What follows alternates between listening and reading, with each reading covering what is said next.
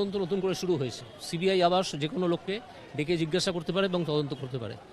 CBI আজ পর্যন্ত যেটা করেনি, অর্থাৎ সিবিআইকে পুরোটা দোষ দেবো না, আমি সীমা পাহুজা যিনি দায়িত্বে ছিলেন তিনি আজ পর্যন্ত যেটা করেননি সেটা আমি ভিডিও করলাম এইমাত্র। একটা ঘর যেটা কোনোদিন খোলা হয়নি, যার ভেতরে এমন কিছু জিনিস আছে, ব্লেড, রক্তমাখা গ্লাভস, এগুলো থাকার কথা নয়। এমনকি শুনতে পাচ্ছি তার দেওয়ালে নাকি রক্তের দাগ আছে।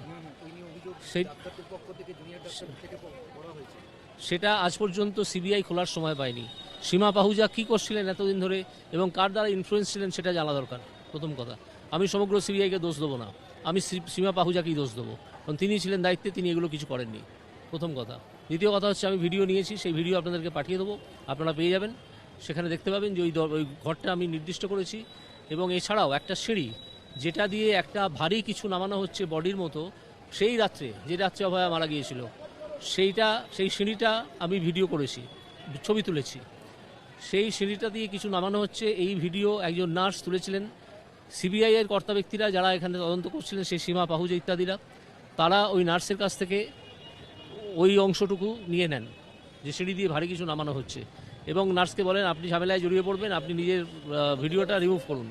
এইভাবে ভিডিওটা রিমুভ করা হয়েছিল। নার্সের পক্ষ থেকে, কিন্তু সিবিআইয়ের কাছে সেই ভিডিও এখনও পর্যন্ত আছে বলে আমরা মনে করি।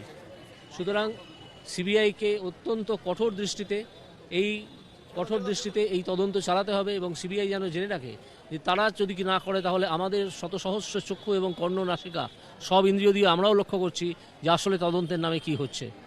কি মনে হচ্ছে, কারণ সিঁড়িটা যেখান দিয়ে নেমেছে এমার্জেন্সি অবধি, তার মধ্যে সিঁড়ি দিয়ে যদি নামিয়ে নিয়ে দেহটা যেখানে থেকে পাওয়া গেছে সেই ঘরে নিয়ে যাওয়া সম্ভব, এইটা সিবিআইয়ের সীমা পাহুজা কোনোদিন এটাকে তদন্তের আওতায় আনেনি।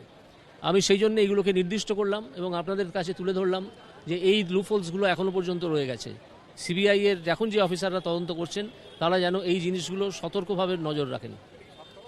হ্যাঁ, সাততলায় না, আটতলায়, সেভেন্থ ফ্লোর। যে রুমটা এখনও তালা বন্ধ এবং সেটা সিল করা।